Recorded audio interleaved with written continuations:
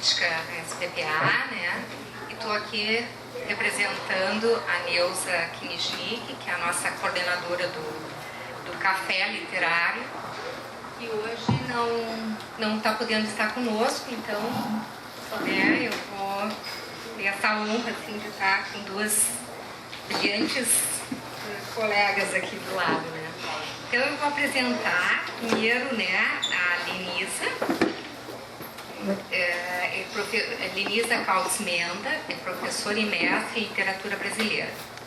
E a nossa Jussara Dalzotti, psicanalista da nossa casa. E vamos falar sobre um tema muito atual e né, interessante, que é Amos Oz, né, o escritor israelense. E a proposta é a gente poder aprender, né? Contigo, né, Lenisa? Aproveitar essa noite para a gente poder aprender e... Então tá bom. Obrigada. Boa noite a todos. Obrigada pelo carinho, pela presença, pelo convite. Bom, eu como professora, né, eu dividi minha fala assim, em 4 partes. Não são grandes, mas tá um pouquinho dividido. A primeira parte seria Amos Oz, um escritor comprometido com o processo de paz. Numa reportagem da revista Veja, de 12 de novembro de 2014, um repórter brasileiro foi a Tel Aviv para entrevistar Amos Oz. Ele pegou um táxi, né, e o motorista perguntou em inglês: "Você vai ver Amos Oz?" Ao ser informado que ele ia a Ramat Aviv, um bairro elegante de Tel Aviv, onde atualmente mora o Amos Oz. Esse motorista não conhecia pessoalmente Amos Oz, o autor de vários livros importantes e famosos, como A Caixa Preta, Judas, né, esse penúltimo, eu acho, o último, Judeus e as Palavras, O Mesmo Mar, e este aqui, Entre Amigos, que ele faz uma revisita ao kibbutz Ulda, onde ele passou 27 anos de sua vida. Ele não conhecia pessoalmente, mas o passageiro então perguntou se o taxista lera alguns livros de Amos Oz. E ele, o tom da conversa logo mudou de amistoso para beligerante. O motorista respondeu que não lera, pois não concordava com o que ele pensava, e engatou um longo discurso sobre a absoluta impossibilidade de paz entre israelenses e palestinos. Até eu tenho vergonha de dizer o que esse motorista disse. "Não podemos negociar com esses animais", disse ele. Ao conversar com o jornalista, Amos Oz acha que esse motorista assim se expressara por causa de suas convicções políticas. Ele achava que o taxista o considerava um traidor. Oz esclareceu que não estava falando de um traidor rival, no sentido de que aquele que vende a sua alma por dinheiro, mas de pessoas que afrontam a resistência a mudanças de seu tempo e seu lugar. Ele citou o exemplo de Abraham Lincoln, que ao abolir a escravidão nos Estados Unidos, também teria sido visto como traidor por grande parte dos americanos. Quando o presidente egípcio Anwar Sadat foi a Israel para firmar o acordo de paz, grande parte do mundo árabe também o chamou de traidor. E quando o primeiro-ministro Menachem Begin devolveu o Sinai a Sadat em troca de paz, muitos israelenses também o chamaram de traidor. Ao abordarmos a literatura de Amos Oz, nós não podemos desvinculá-la do aspecto político, uma vez que ele tem ideias bem definidas sobre o conflito árabe-israelense. Oz é um eloquente defensor da divisão do país em 2 estados, um judeu e o outro árabe. como a única alternativa para a paz. Então eu vou ler um trechinho desse livro aqui, que se chama, até ele está esgotado, Contra o Fanatismo. Né? Alguém já leu? Já conhece? É bem pequenininho, até eu fiz xerox, porque não tinha para vender mais. Em meu vocabulário particular, porém, a palavra compromisso é sinônimo de vida. Onde há vida, há infinitos compromissos. O oposto do compromisso não é integridade, mas fanatismo e morte. Então aqui ele diz assim que todos nós temos um pouco de fanático. O fanático se encontra em qualquer lugar, a qualquer hora. Ele diz assim: conheço bem os antitabagistas, que o queimarão vivo se você acender um cigarro perto deles. Conheço bem os vegetarianos, o que o comerão vivo por comer carne. Conheço bem os pacifistas, alguns de meus colegas no movimento de paz israelense, Shalom Achav, que estão dispostos a atirar na minha cabeça só porque advogam uma estratégia ligeiramente diferente sobre como fazer a paz com os palestinos. Então, ele disse, se existe alguma esperança, é o poder da imaginação. É o poder com o qual a pessoa consegue se imaginar no lugar da outra. E a outra palavra-chave é tolerância. Numa conferência proferida por ele em 2002 na Alemanha, o escritor faz comentários bem-humorados sobre o processo de paz entre israelenses, comparando a um divórcio, porque passam inúmeros casais. O humor surge justamente da comparação entre um assunto extremamente sério e uma situação do cotidiano familiar. Então eu vou ler um pequeno trechinho, que também está nesse livro, Contra o Fanatismo. Bem, não acredito numa explosão repentina de amor mútuo entre Israel e Palestina. Não tenho a expectativa de que, uma vez encontrada alguma fórmula milagrosa, os dois antagonistas se abraçarão de uma hora para outra, em lágrimas, numa cena dostoievskiana de irmãos há muito separados.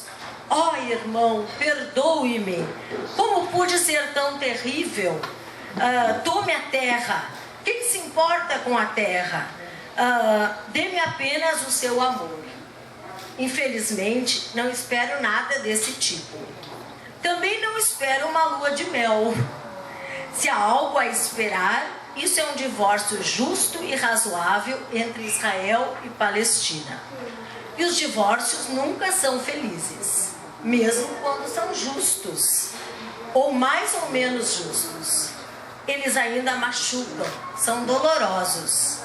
Especialmente esse divórcio específico, que será um divórcio bastante engraçado, porque as duas partes que se divorciam ficarão definitivamente no mesmo apartamento.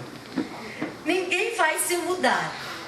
E como o apartamento é muito pequeno, será necessário decidir quem fica com o quarto A e quem fica com o quarto B. E o que se fará em relação à sala de estar. E devido ao que o banheiro, que ele não fala, esse é o pior. E devido ao pequeno tamanho do apartamento, algum arranjo especial terá que ser feito em relação ao banheiro e à cozinha. Eu não me lembrava.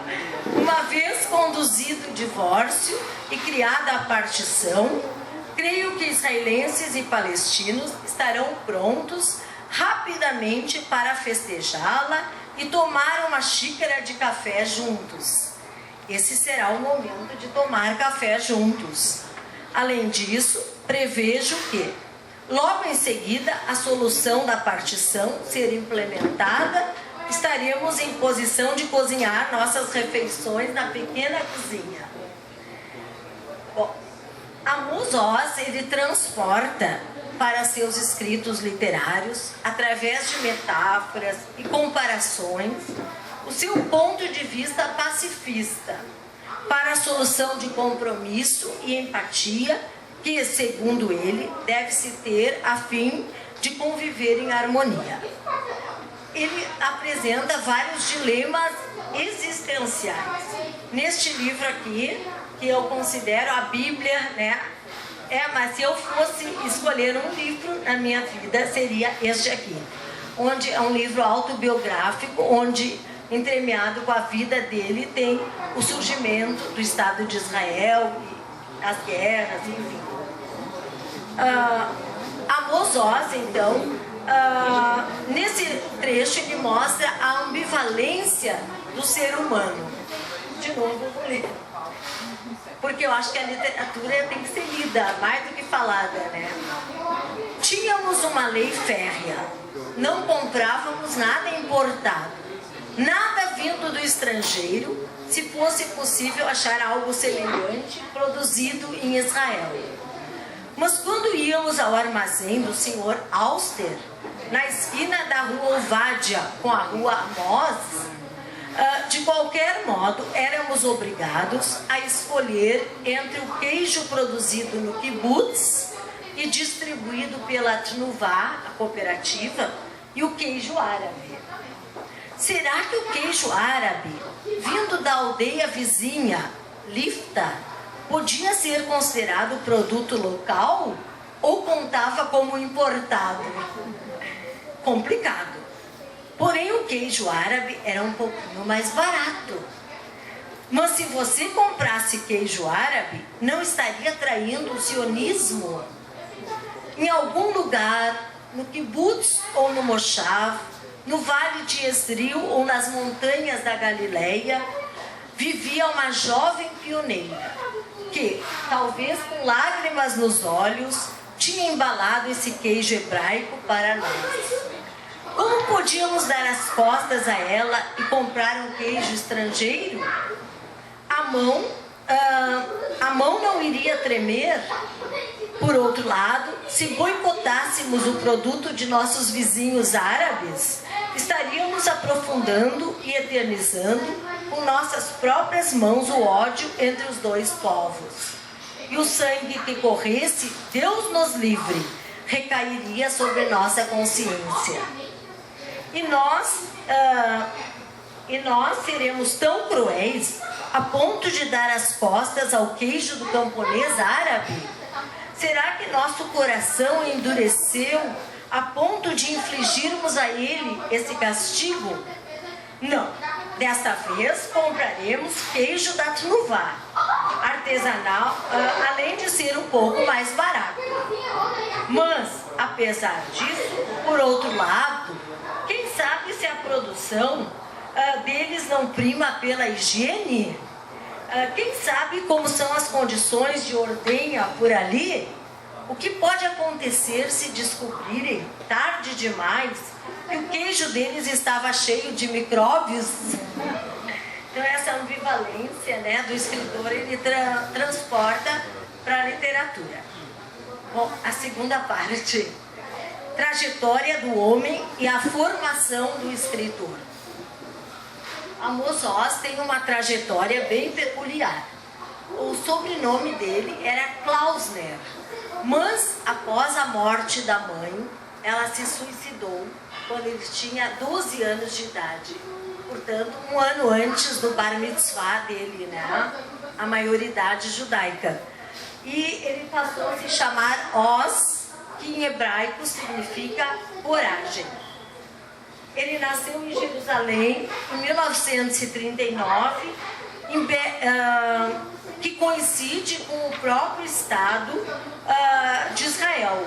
A sua infância coincide com a criação do Estado de Israel, cuja independência aconteceu em 1948, embora tenha começado a receber imigrantes já no final do século XIX. Movimento que se acelerou na década de 30 do século passado, à medida que a perseguição aos judeus foi se intensificando na Europa. Então, num dos trechos, ele diz assim: lá no mundo, os muros estavam cobertos de frases hostis. judeu, vá para a Palestina. Muito bem, viemos para a Palestina. E agora o mundo inteiro grita, judeu, saia da Palestina. Sua família, em parte, veio da Bessarábia, né, na Polônia. O pai veio de Vilna, na Ucrânia. A mãe de Oz havia estudado na universidade em Praga, porque havia um número de cotas limitado na Polônia. Então ela estudou lá em Praga. Esses imigrantes, em que pese a ascendência deles, eram antes de tudo europeus, acostumados a um elevado padrão cultural da Europa. Ressentiam-se de que estavam em terras asiáticas, as quais, apesar de serem exóticas, tinham um padrão menos civilizado. Oz escreve, então, sobre como era a vida de seus antepassados na Europa e a pressão que sofreram para que migrassem uma vez para o seu verdadeiro lar. A construção do novo país dependia muito mais de braços fortes do que de cabeças preparadas. Na época, muitos eram mestres, doutores, que não raro viam as suas pretensões acadêmicas se esfacelarem, ao serem obrigados a ganhar a vida em ocupações menos nobres. O próprio pai dele, que almejava um cargo na universidade, mas ele nunca conseguiu. Tinha mais professores eruditos do que alunos. E por uma série de acontecimentos, ele só conseguiu ser bibliotecário da Biblioteca Nacional. Ele era um poliglota, profundo conhecedor de linguística e literatura. Aqui no livro fala que ele conhecia de 17 a 18 idiomas e falava 11. E a mãe dele também falava muito idioma. A mãe, letrada, em Israel não era mais do que uma simples dona de casa, encantando às vezes as rodas dos intelectuais, promovidas pelo marido, com as intervenções dela, brilhantes, mas pouco ortodoxas. A vida de Fânia, a mãe dele, era pautada pela monotonia, solidão, sonhos frustrados e pela tragédia. Então, Oz tem uma grande influência da literatura russa, né? Dostoiévski, Chekhov e o outro, Tolstói. Exatamente. Todos esses sentimentos são muito característicos da literatura russa. E a mãe dele era muito deprimida, ela não conseguia dormir, passava a noite sentada numa cadeira, olhando pela janela para o nada. Era depressão, né? Eu acho. Minha mãe tinha 38 anos quando morreu. 10 ou 20 anos depois de ter estudado no ginásio Tarbut, ela e algumas de suas amigas sentiram os golpes desferidos pela crua realidade de Jerusalém dos ortodoxos, da miséria e do diz-que-diz maligno, quando as sensíveis ex-ginasianas se viram de repente em meio à áspera realidade do dia a dia das fraldas, maridos, enxaquecas, vilas, cheiros, naftalina e paz de cozinha. Cercada dia e noite pelo cheiro de couve, roupa suja, peixe cozido e urina seca, minha mãe começou a desmoronar, a fenecer e extinguir. Ele só conseguiu escrever esse livro depois de 60 anos, né? Foi uma dor muito grande. O ambiente em que Oz foi criado, no bairro de Kerem Avraham, em Jerusalém, contribuiu em grande parte para o isolamento e a obscuridade da vida do menino e de seus pais. Então, ele diz assim que era um apartamento de apenas 30 metros quadrados, que o sofá-cama se transformava, né, em cama durante a noite, depois eles fechavam. Era um apartamento semi-enterrado. O pavimento... 5 minutos. Ai, meu Deus. Não. Ai, meu Deus. Tá. E a montanha era o nosso vizinho do outro lado da parede. Um vizinho pesado, introvertido e silencioso. Uma velha montanha melancólica, com seus hábitos de solteirona inveterada, sonolenta na sua quietude invernal. Então, nesse bairro havia imigrantes russos, pequenos funcionários da agência judaica, professores, enfermeiras, magrebinos, curdos e muito semelhante a hoje em dia aos mapilim, os imigrantes ilegais, refugiados de guerra, os quais eram desprezados muitas vezes pela sociedade israelense pela suposta passividade que haviam demonstrado durante o Holocausto. A infância de Oz coincide com a época do domínio britânico na Palestina. E ele próprio se sentia deslocado em Jerusalém, porque ele queria ir para o kibbutz, onde estavam os jovens, como é que eu vou dizer? Os jovens que drenavam os pântanos, enfrentavam doenças como a malária, eram jovens bronzeados, onde havia o amor livre. Então, com 15 anos, ele resolve, contrariando o pai, ir para o kibbutz. Terceira parte. O poder da imaginação e o embrião do escritor. Oz diz que 3 fatores fizeram com que ele se tornasse escritor: a pobreza, a solidão, por ser filho único, e o sorvete. Daí, então, mas o sorvete, pois como ele era filho único, os pais não queriam deixá-lo sozinho em casa. E eles gostavam de ir para os cafés literários e ficavam lá até altas horas da noite. E para compensar, então, o Oz recebia o sorvete.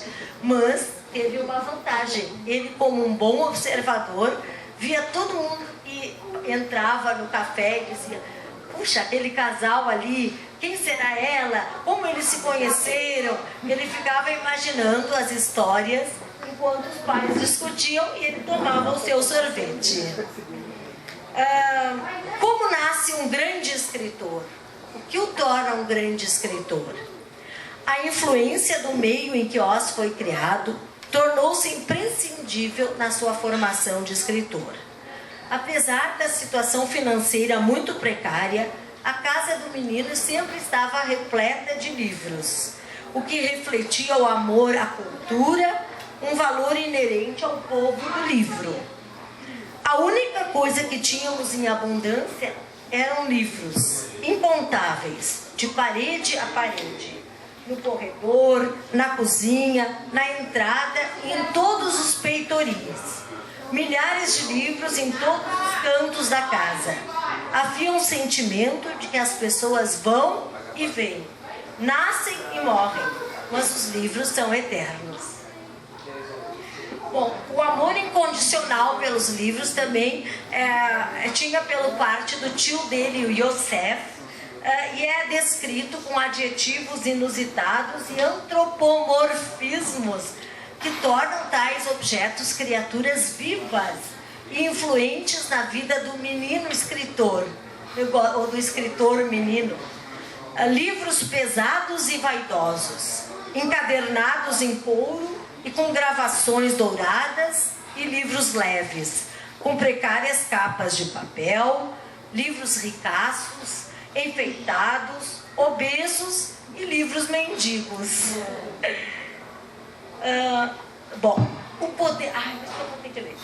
O poder da imaginação se faz presente através das brincadeiras infantis do Amos Oz. Ele era sozinho e brincava então no tapete, né? O futuro escritor, rodeado pelos seus brinquedos, entre os quais cubos de madeira, colherinhas, almofadas, guardanapos, uma pantera flexível de veludo, com esses brinquedos singelos, ele criou um mundo imaginário, em que a princesa era prisioneira de um feiticeiro mau, a pantera, que a a mantinha encarcerada numa caverna, embaixo do piano. As colherinhas eram uma esquadrilha de aviões farejadores que voavam à procura da princesa sobre o oceano, tapete. E para além das montanhas, as almofadas, as pedras de dominó, eram os lobos maus que o feiticeiro tinha espalhado pela floresta, em volta da caverna, onde a princesa estava presa. Tinha mais, mas daí eu vou pular. Amos Oz, última parte. Um escritor israelense ou um escritor da aldeia global? Oz se expressa literariamente através do jogo de palavras, dos adjetivos, das descrições e das imagens auditivas, olfativas e visuais. Em muitos dos trechos de suas obras, o escritor se vale da metalinguagem para explicar a gênese, a essência da sua escritura. Ele acredita que o leitor tem uma importância fundamental e uma participação ativa no emaranhado da escrita e na interpretação da mesma. Isso é que muitos escritores chamam a estética da recepção, né? Ele não dá tudo pronto, ele deixa que o leitor... Então, assim, quem procura a essência de um conto no espaço que fica entre a obra e o seu autor, comete um erro. É muito melhor procurar não no terreno que fica entre o escritor e sua obra, mas justamente no terreno que fica entre o texto e o leitor. Não que haja o que procurar entre o texto e o seu autor. Há lugar para a pesquisa biográfica e há lugar para o mexerico. E é possível que haja mesmo determinado valor mexerical agregado, quando se pesquisa a influência autobiográfica na concepção de diversas obras. Talvez não se deva menosprezar o valor da fofoca. A fofoca é a prima pobre da grande literatura. É verdade que a literatura culta geralmente nem se digna cumprimentá-la na rua. Mas não se deve ignorar a semelhança de família que existe entre elas, que é justo aquele impulso eterno e universal de espiar os segredos dos outros. Bom, agora respondendo à pergunta do título. Amos Oz é um escritor israelense? Certamente sim. Ele escreve sobre Israel, sua terra, sua gente, a formação do Estado, o estado de beligerância entre os dois povos. Ele escreve sobre a experiência socialista no kibbutz, onde ele viveu grande parte de sua vida. Ele registra os vários tipos formadores do kibbutz, né? O revezamento das tarefas, o distanciamento entre pais e filhos, em função de os filhos dormirem nas creches do kibbutz, a ideia de coletividade sobrepondo-se aos interesses individuais. Oz registra a vinda dos imigrantes de várias etnias que se fixaram em Israel, mostrando o cadinho cultural desse país. Registra os traumas dos sobreviventes do Holocausto e as cicatrizes causadas pelas diversas guerras travadas para assegurar a existência do Estado. Só mais um parágrafo. Amos Oz é um escritor universal? Certamente sim. Ele é um escritor da aldeia global.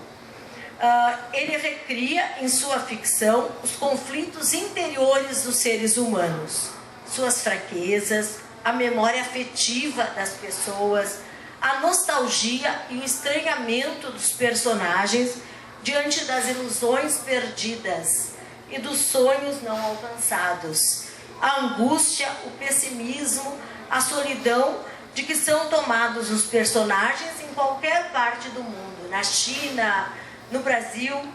Ele lida com as angústias dos seres humanos, com a sensação de outsider, né? E do estranho, e com as dificuldades de adaptação nas mais variadas situações.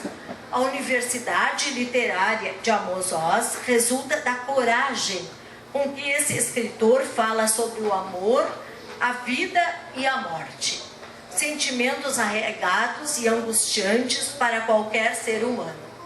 Enfim, a junção do particular com o universal o torna um escritor pujante, brilhante, digno de ser lido. Obrigada.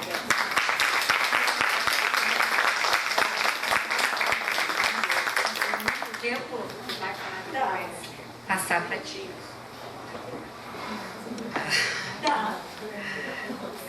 Eu deixaria só a Lenisa falar hoje, porque eu acho que... Mas, enfim, queria agradecer também o convite A gente vai ter depois. Depois a gente conversa. E vocês todos se sintam à vontade para participar conosco. Mas eu sou uma admiradora da Lenisa, todo mundo sabe. Quem não é? Bueno. Então, assim, Lenisa, acho que vai se complementar um pouco o que tu falaste, eu adorei, eu te ouvi.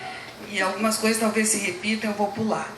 Mas eu queria falar um pouquinho, a Neuza pediu para falar um pouco mais sobre Judas, né, que é o último livro do Amos Oz, o último romance. Mas eu fiquei curiosa, aí fui pegar outros livros, e todos eles eu acho que são altamente recomendáveis. Esse aqui é um ensaio que ele escreve junto com a filha, Os Judeus e as Palavras, é super interessante. E este aqui, a Denise até falou também, eu comprei todos eles recentemente, chama-se Entre Amigos, é uma série de contos, que ele vai relatando nesses contos a vida no kibbutz. Bom, ele nasceu então em 4 de maio, a Denise já falou, de 1939, em Jerusalém, na época do mandato britânico na Palestina. E seus pais tinham fugido de Odessa, na Ucrânia. Em 1954, o jovem Amos Klausner, era o sobrenome dele, da família, então com 14 anos, deixa a casa paterna. A mãe se suicidara e se muda para o kibbutz Hulda, onde então ele toma o nome Oz e passa a se chamar Amos Oz, coragem. Lá ele ficou por quase 40 anos. E a motivação, segundo ele, foi por um ato de rebeldia contra o pai. Mas foi ali que Oz tornou-se escritor, convencendo a liderança do kibbutz a isentá-lo de 3 dias de trabalho por semana para poder se dedicar às letras. Aí ele diz que o fato de que a experiência no kibbutz foi imperfeita não tem a ver com ser kibbutz, mas com ser um sonho. E ele diz assim, a única maneira de manter uma fantasia intacta é não vivê-la. Assim, ele depois de anos deixa o kibbutz com a esposa e 3 filhos. Mas a sua vivência lá foi muito importante. Diz ele, se eu tivesse passado a vida atrás de uma escrivaninha, eu não teria nada sobre o que escrever.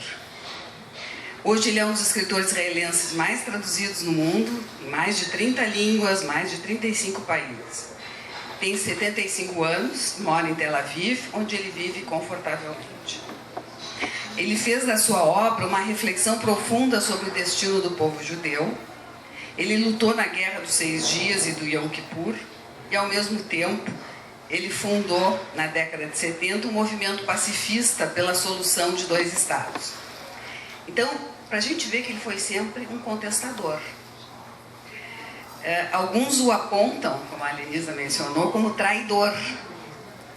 E este é o tema do seu livro mais recente, Judas. Com toda essa trajetória, a gente fica se perguntando: que cicatrizes a história turbulenta do seu país deixa em seus habitantes? Que marcas ela imprime no indivíduo uma vida atravessada pela guerra?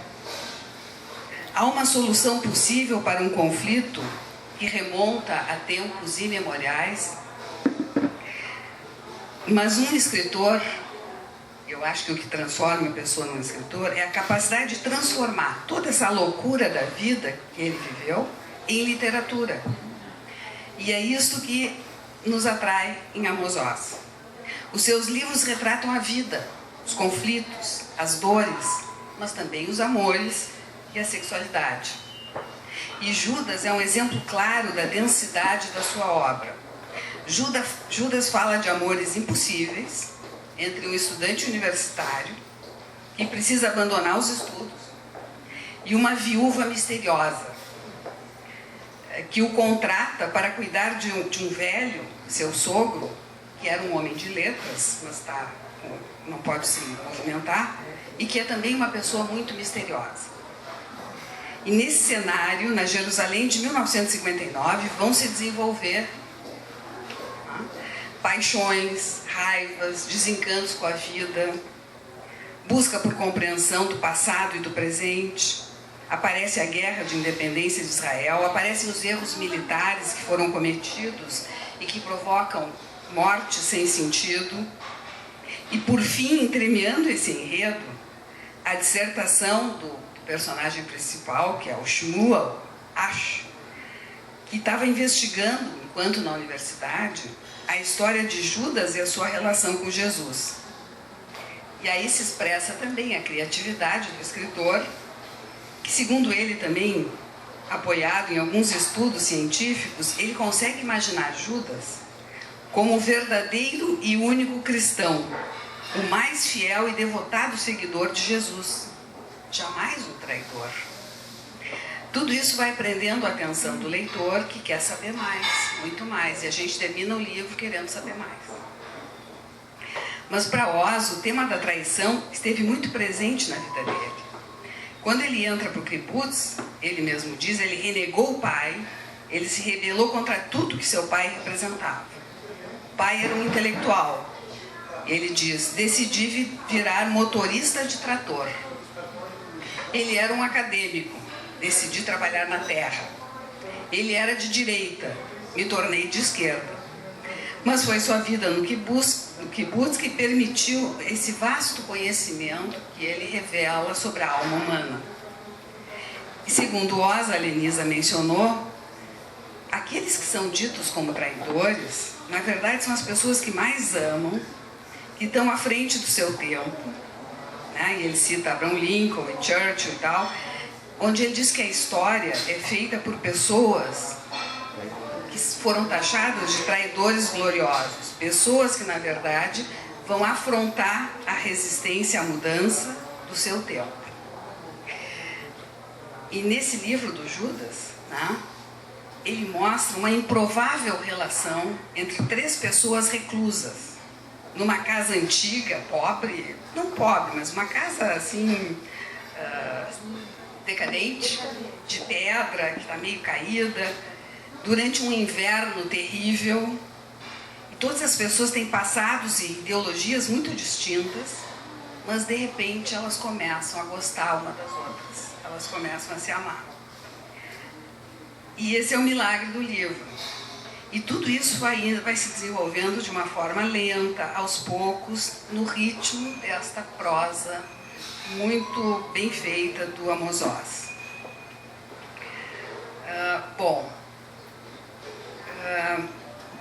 Depois foi me ocorrendo assim, algumas coisas sobre a leitura que a Lenisa falou, né?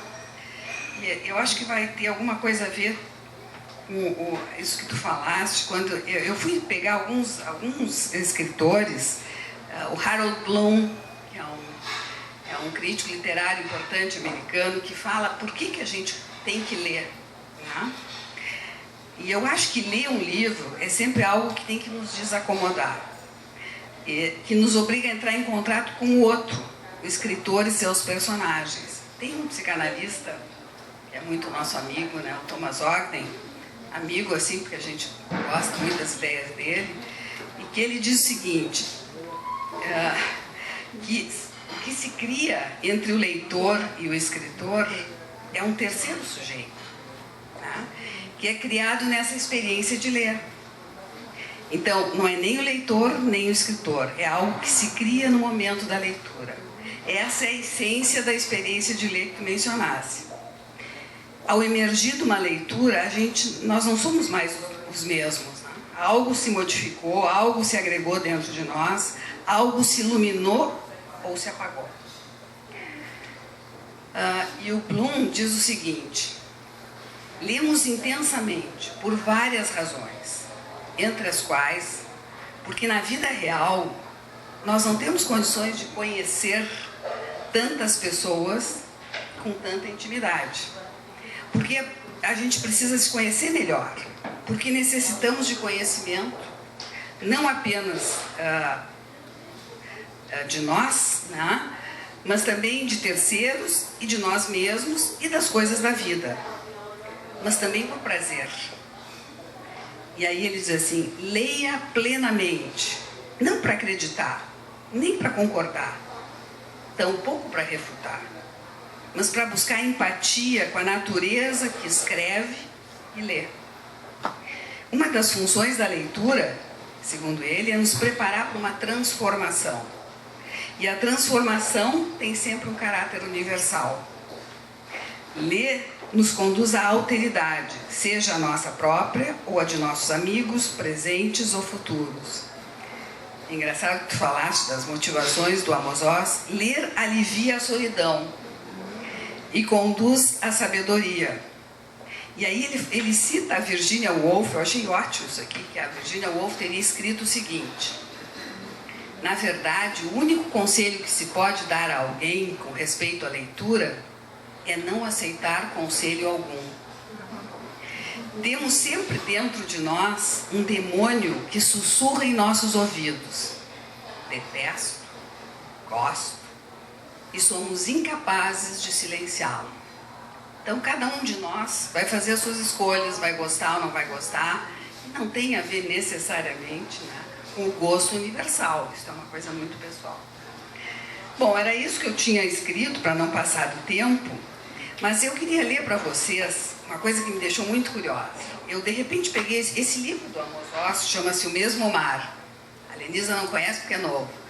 E ele foi escrito, aqui diz o seguinte, que é um romance escrito em forma de poesia. Mas eu abri uma delas, aqui no meio, e eu não sabia da história do Oz, eu fui saber depois. Então eu queria ler para vocês, que eu acho que diz um pouco dele. Todo tempo ainda estou, né? Olha só, diz assim, o título da poesia: Minha mão no trinco da janela. Meus queridos pais, Fânia e Arié. Eu não sabia que o nome da mãe era Fânia.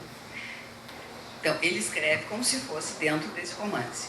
Meus queridos pais, Fânia e Arié, recebam essas lembranças de seu filho. É noite, estou em meu quarto, em Arad, fechado, com um copo de chá e folhas de papel. O requiem é de forré. O ventilador gira, venta, se afasta e volta. O deserto aqui é próximo e vazio. Há uma escuridão quente na janela. Vocês gozam de merecido descanso. Dormem? Ou ainda brigam? Ao menos por minha causa não briguem mais.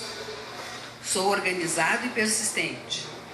Sou bem-sucedido e motivo de orgulho para vocês. Mais orgulho como um aprendiz de feiticeiro. Canso, mas não desisto. Vocês dois queriam que eu crescesse e fosse isso e fosse aquilo. Papai isso, mamãe aquilo. Agora a diferença vai encolhendo. E já não importa o que eu vou ser. Vou ser mais um pouco e deitarei. É tarde. A rua está vazia. E o jardim sussurra para si mesmo em russo, para que eu não entenda. Lê do engano. A essas horas, os segredos são menos secretos. Quase tudo já foi revelado. Por anos e anos, você, pai, juntou notas de rodapé, enquanto você, mãe, ficava na janela, segurando seu costumeiro copo de chá com limão, geralmente de costas para a sala, angustiada e ansiando como marceneiro Elimelech para voltar a algum pomar dos seus sonhos, que nunca existiu. Cochicham um para o outro em russo, língua suave e insidiosa. Você, pai, se levanta e fica em pé, meio curvado. Você, mãe, você está sentada, ereta e bela. Pai, você parece insistir, recusa-se a abrir a janela.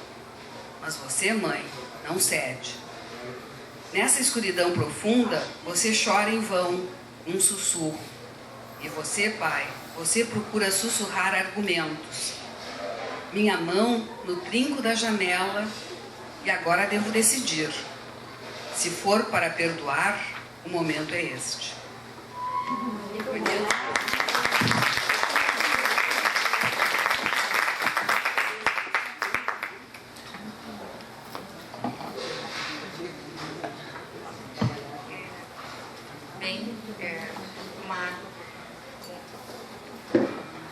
Aprendendo aqui uma aula também de história, né, e da vida do Amos Oz, mas eu fiquei pensando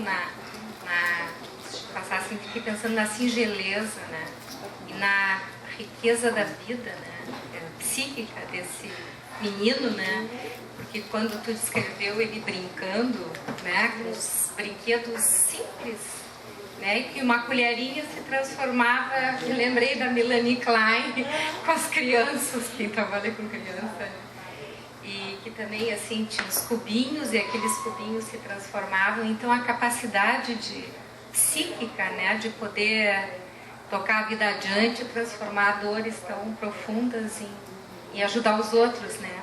E fiquei pensando que ele fazia jus ao nome dele, corajoso. Então, está aberto. Gostaria de... A gente ficou tocado também com esse poema, né, da Jussara, que nos brindou hoje para...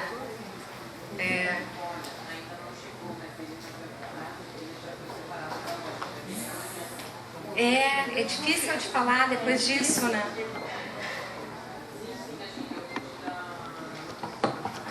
Com licença, então eu começo. Eu não conheço esse escritor, nunca tinha ouvido falar dele, a primeira vez que eu ouvi foi aqui. Me parece muito interessante. Que livro vocês recomendariam para iniciar uma leitura? Pode ser esse? Me pareceu bem interessante os comentários sobre esse livro em particular. Eu recomendaria esse, né? Esse é o mais antigo.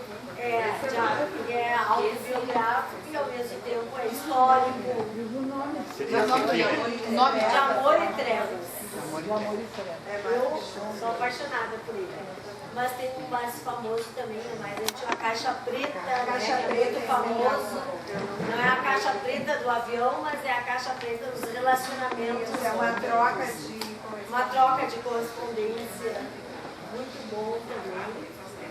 O Judas é maravilhoso também. Muito obrigada. Obrigada pelas palavras, foi maravilhoso. Olha, se a gente precisasse escolher uma palavra, né, para a mesa que vocês estão construindo, eu pensaria em comovente. Há vários trechos assim da tua leitura e da leitura da Jussara, né, comoventes mesmo, né, e acho que são muito tônicas essas falas, com a capacidade desse autor de nos comover com as palavras. Né. Ele continua fazendo com as palavras o que ele fazia com os brinquedos dele, né, criando um mundo que nos leva a tantas coisas. E me chamou a atenção um homem que luta como ele luta pela paz, inclusive prêmios, né, internacionais em função, né, do ativismo dele em busca da paz. Ele nasceu no mesmo ano que o Freud morreu. Então ele nasceu 4 meses antes, né, da morte do Freud. A imagem que eu fiz é como se fosse a passagem de um bastão. Né, o Freud abandona o mundo, sai do mundo, né, e foi um homem que lutou tanto também pela paz, ao mostrar que nós todos, na essência, somos muito parecidos, né, com as nossas paixões, com os nossos defeitos, com as nossas qualidades, né, e um homem que possibilitou a humanidade, né, ter tantas coisas de paz, passa o bastão para alguém que continua essa luta até hoje. Então, meus parabéns assim, pela escolha, né, das componentes da mesa, pela escolha do autor e pela oportunidade que vocês estão nos dando de nos comovermos juntos.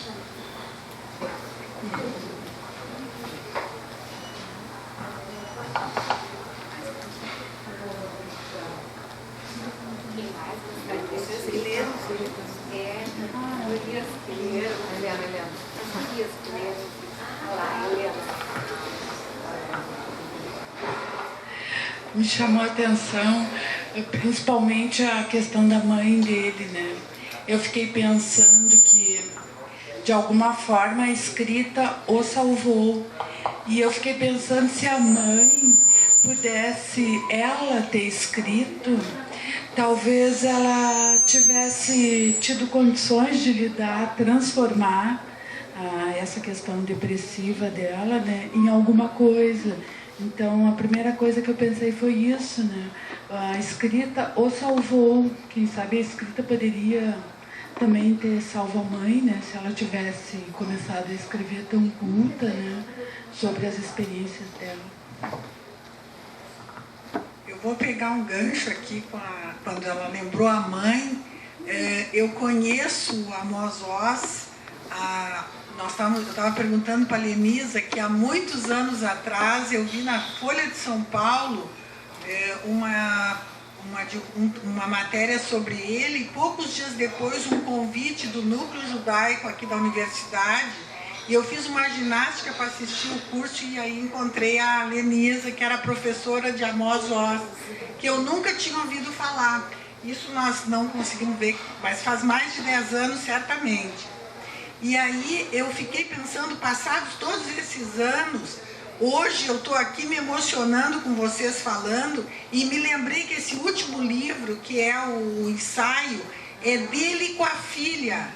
Então eu fiquei pensando, né, porque hoje, passados tantos anos, tu lembrasse da mãe que não pôde escrever, exatamente, mas ele pôde,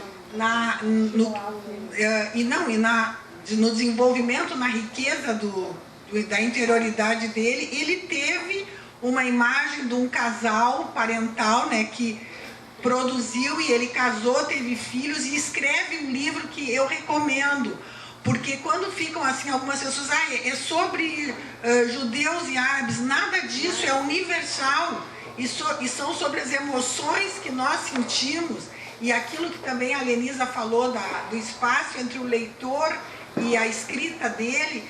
A gente se emociona a cada pedaço, da vontade de sublinhar, de anotar, e quando a gente vai ler de novo, a emoção é nova. Às vezes eu penso, mas eu já tinha lido, mas não importa. Então, esse depoimento da moça que não leu, eu acho que o nosso café literário já alcançou o objetivo, porque mais gente vai querer ler Amos Oz. E eu ia perguntar para a Lenise qual é a repercussão, assim, a posição dele nas universidades aqui do Brasil. Se estuda Amos Oz? Acho que não. Pois é, mas na Europa, sim. Traduzido, né? Porque ele é tão traduzido, e ele tem uma literatura. A literatura dele eu acho refinada. A não ser na USP, talvez tenha um departamento de estudos literários. Talvez lá eles até vão me informar. Mas eu quero cumprimentar a mesa, porque está sendo um momento assim comovente estar aqui com vocês hoje. Eu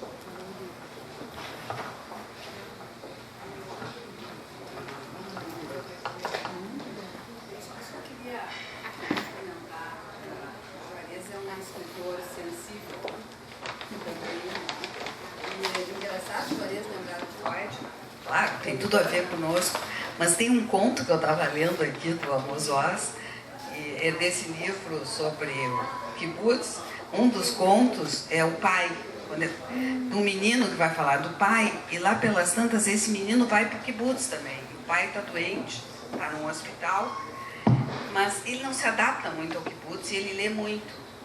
E ele não gosta muito daquelas ideias socialistas do kibbutz. E ele começa a ler livros de muitos autores que são diferentes. E aí aqui o menino que vai para o kibbutz. E aí ele começa a citar os autores que ele está lendo: Kafka, Marx, Freud. Então, assim, certamente o Amos Oz tinha esse cultural e que conhecia Freud, que leu Freud. Não sei bem qual era a relação. Ele fala da influência literária dele, né? Cita vários. Os autores russos. E também a 20.000 Léguas Submarinas, Júlio Verne, a Imaginação. Ele conhece muito literatura americana, ele cita vários autores americanos. E eu queria dizer que a Carmen que me recomendou esse livro, a Carmen Keitan, e eu realmente também não consegui ler ainda todo, Os Judeus das Palavras, mas é bárbaro esse livro. É bárbaro. E aqui eu também sublinhei um monte de coisa, cara. E uma das coisas que ele diz, assim, que as crianças judias eram obrigadas, especialmente os meninos, não as meninas, não eram tão valorizadas, mas os meninos tinham que começar a estudar e a ler livros assim que eles começassem a falar. Então, assim, com 2 a 3 anos de idade, antigamente, os meninos já começavam a ser alfabetizados lendo a Torá, claro, né? Que era o que eles tinham, era o livro que eles tinham, que era a Bíblia. Mas ele acha que isso foi um grande estímulo, a leitura para todos, né? E depois ele faz uma declaração que eu achei super interessante. Ele e a filha, né, que eles vão escrever juntos. E ele diz assim, que tipo de judeus somos nós? Ele diz. Somos ambos israelenses, judeus seculares. Essa autodefinição carrega diversos significados. Primeiro, não acreditamos em Deus. Segundo, hebraico é nossa língua mãe. Terceiro, nossa identidade judaica não é movida pela religião. E aí vai. Mas para mim isso aí foi super... Qual é o nome desse livro? Eu adorei. Os Judeus e as Palavras. Eu não sei. Se eu ler esse trecho, acho que daí o pessoal vai chorar. É o trecho final, onde ele fala... Aqui o marido da Cíntia Moscovitch, como é? Luiz Paulo, né? Ele diz assim, uma conferência que eu assisti dele, ele diz assim, um grande livro só merecerá o adjetivo se tiver um grande final. Então, esse final não precisa ser assim inusitado.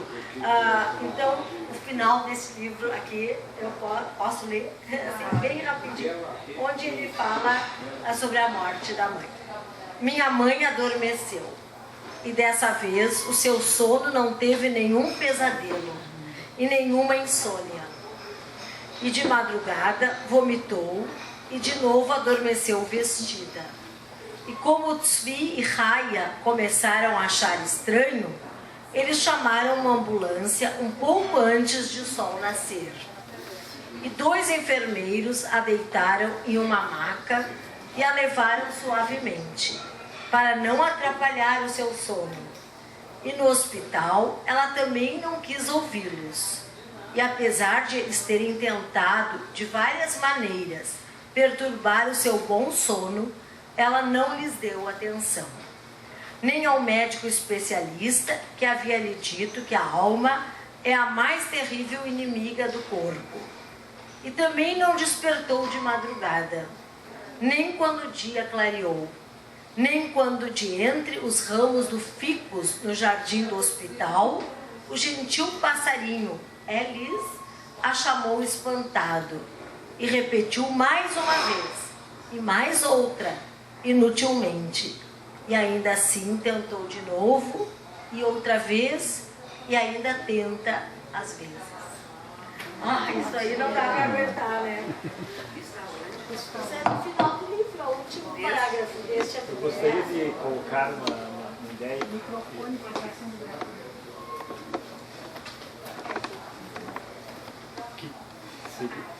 Fala assim mesmo. Não, ele está te levando. Como, pelo pouco que eu sei, parece que na cultura judaica o suicídio é uma coisa bastante assim grave, como na civilização cristã no caso, né? E é interessante como ele não chega a marcar tanto assim ele, me parece. Tem um capítulo do livro que ele mostra, logo após o suicídio, as reações dele, né? Sim. Então, no primeiro momento, ele teve muita raiva. Sim. Porque ela tinha feito aquilo, principalmente para o pai dele, para ele, que não merecia. E depois ele começa a se culpar, né? Se eu talvez tivesse sido um filho melhor, se eu não tivesse desobedecido. Então ele mostra, isso é um bom prato, assim, para psicanálise, né? Ele mostra o sentimento de raiva e de culpa ao mesmo tempo. Não, ele Mas mostra. o interessante é como ele conseguiu entender a situação da mãe. Eu achei muito interessante isso. Né? E na maturidade ele fala em perdão. Exato. Exato. Que para uma criança, a idade ele tinha 12 anos, talvez. Realmente precisa ter muita força para superar isso, né?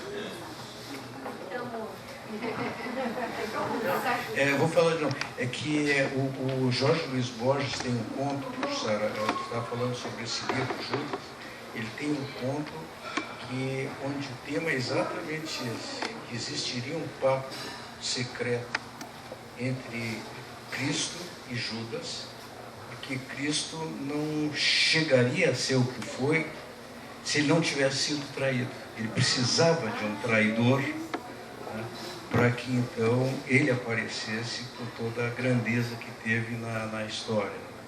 Então, esse livro eu não li, conheço bem esse conto do Borges. Ele traz uma outra imagem, né? Um outro significado metafórico para esse aspecto assim do traidor. Se a gente estender a coisa do traidor como aquele que contesta, que é o que tu trouxeste aqui, né?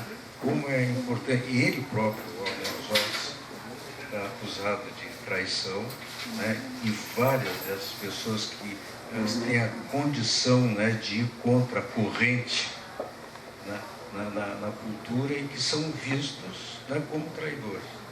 Né? E como, né, o traidor aí é importante justamente para desestabilizar o status quo e talvez fazer a roda da história andar. Achei muito, muito importante assim, essa abordagem. É um romance, é um romance super interessante, vale a pena. Porque essa história do Judas, ele não chega a desenvolver tanto quanto a gente gostaria, né? A gente fica curiosa. Mas ele levanta estudos que foram feitos mostrando que o Judas dá o nome, era um comerciante rico. Ele não ia vender Jesus por 30 ali. Tinha muito amor por Jesus. Tinha muito amor. Porque, na verdade, ele idolatrava Jesus. Ele achava que Jesus ia se safar. Isso, por isso que ele... Então, isso seria a prova maior da força de Jesus, né, que ele iria renascer. Renascer, exatamente. E ele, depois que o Jesus é crucificado, o Judas, ele se mata. Ele fica horrorizado porque o Jesus não renasceu logo. Então, está perto, mas era um valor muito insignificante para uma pessoa que tinha uma situação econômica muito boa. Então, não daria para acreditar nessa. A traição maior é no caso, o pai dela, né? Que ele tem uma teoria que se não tivessem criado o Estado de Israel... Eu li com a história do Estado de Israel. Os personagens são traidores, de alguma forma. E que era um grande intelectual, né, que tinha uma visão também além do tempo.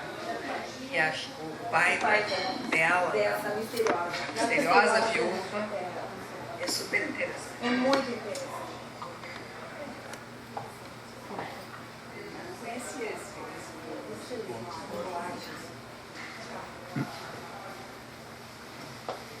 E esses judeus, que as palavras, uma coisa que me gravou muito, que ele diz, os judeus se sentiam, os judeus pensam assim, que tudo acaba na mesa, né? Então, tudo acaba na mesa. Então, na comida. Queriam nos aniquilar, não conseguiram. Vamos comer. Porque as festas judaicas são muito nesse sentido, né? Então, eu gostei muito também desse livro. Alguém tem mais alguma colocação? Acho que a gente já, né, comovente, dando, e eu me lembrei, né, ele como também um lutador da paz, né, eu me lembrei com a imagem do guarda da costeira, né, ali na Turquia, né, que pegou o menino, né? Então, também, né, e a imagem que apareceu no jornal também, em 42, de um soldado, acho que era americano, né, que também com uma criança, né? Então, como ainda a gente, o Juarez falando, né, do conflito da humanidade do Freud, né? Isso, e como a gente também está constantemente nessa coisa de aniquilar o estrangeiro e de não conseguir conviver, e os conflitos com a diferença e não aceitando, né? E brigas não só políticas como religiosas, né? Onde, né, intolerância, né, uma maldade assim que não importa o outro, né, não existe o outro, né, e ele lutando o tempo inteiro por uma existência, né, o Amos Oz. Acho que isso é muito lindo, assim, né, muito. E vocês também nos ajudando a gente poder tocar as coisas, né, da vida. Muito bem. Então, bom, eu quero agradecer então esse momento, né, que a gente se alimentou, falando em comida, né, a gente se alimentou aqui de palavras, então eu fico muito agradecida para a Lenise, a Sara, e convidar todos para o próximo café, que nós temos, vai ser, não sei, bom, mas vai ser sobre Kafka. E nós temos com a Helena Tomazel, que está aqui conosco, né? E Milton Wells, é assim? Ah, tá. Temos os dois presentes aqui já, nos deixando curiosos para sabermos sobre Kafka.